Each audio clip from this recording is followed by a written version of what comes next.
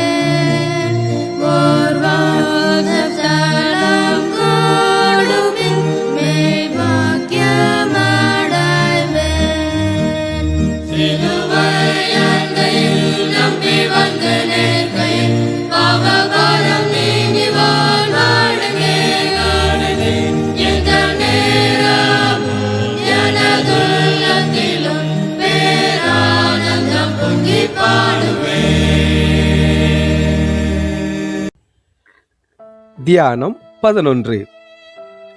ஆத்தும நேசரின் தோள், முதலாம் பாகம்.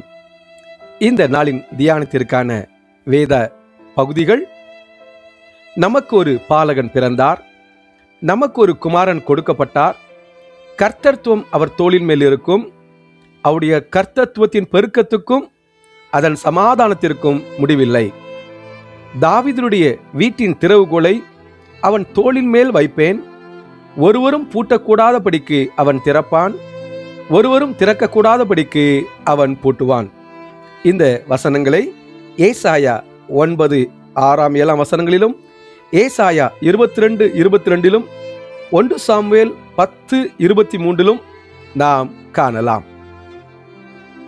இந்த நாளின் போதனை இரட்சகரின் தோளை பற்றிய 5 குறிப்புகளை வேதத்தில் பார்க்கிறோம்.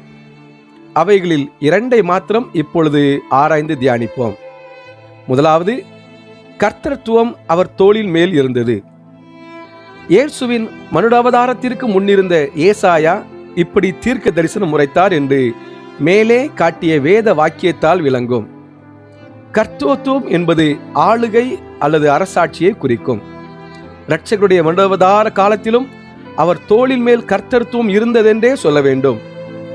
இஸ்ரவேலுடைய முதலாம் ராஜாவாகிய சவுல் மாம்சத்தின்படி எல்லா ஜனங்களும் அவன் தோளுக்கு கீழாய் இருக்கத்தக்க உயரமுள்ளவனாய் இருந்தான்.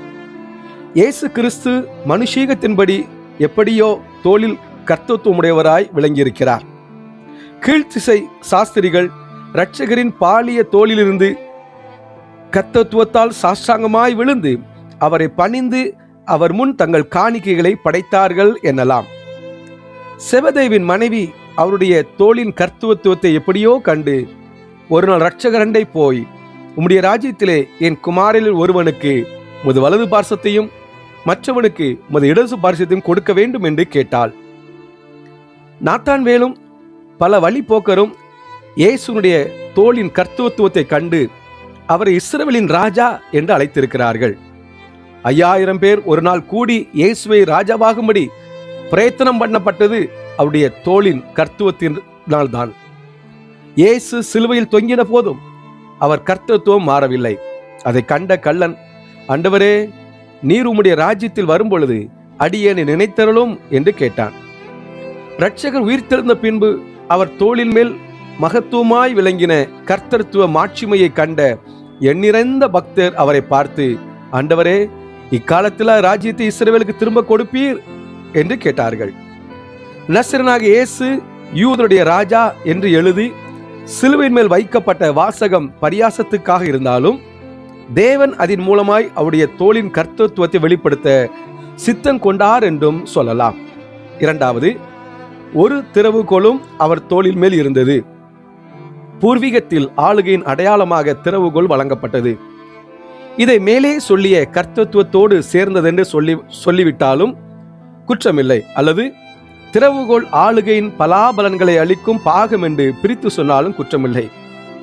ஆண்டவருடைய தெய்வீக ராஜ்யத்தின் பலாபலன்கள் குணப்படுகிற பாவிகளுக்கு பாவங்களை மன்னிப்பதும் குணப்படாதவர்களை நரகத்தில் தண்டிப்பதுமே. இவை 2 அதிகாரங்களும் நமது இரட்சகருக்கு உண்டு. ஆனால் பலனளிக்கும் பாகத்தையே இரட்சகர் தமது மனுடாவதார காலத்தில் காட்டினார். பாவ மன்னிப்பே இயேசுவின் மனுடாவதார காலத்தில் அவர் தோளின் மேல் இருந்த திறவுகோல். இந்த திறவுகோலை இயேசுவின் பாலிய தோளில் கண்ட சிமியோன், சகல ஜனங்களுக்கும் முன்பதாக ஆயத்தம் பண்ணின இரட்சணியத்தை என் கண்கள் கண்டது என்றான். இந்த திறவுகோலை ஆத்துமநேசர் தமது தோளில் வைத்து கொண்டே தமக்கு பாவங்களை மன்னிக்க அதிகாரம் உண்டென்றும் உன் பாவங்கள் உனக்கு மன்னிக்கப்பட்டன என்றும் சொன்னார். இந்த திறவுகோலை உடையவராகிய இயேசு இன்றைக்கும் பரலோகத்தில் இருக்கிறார். ஒரு காலம் வரும், அப்பொழுது பாவிகளை தண்டிக்கும் அதிகாரம் அவருடைய கிருபையுள்ள தோளின் மேல் தங்கும். இந்த நாளின் தியானம்.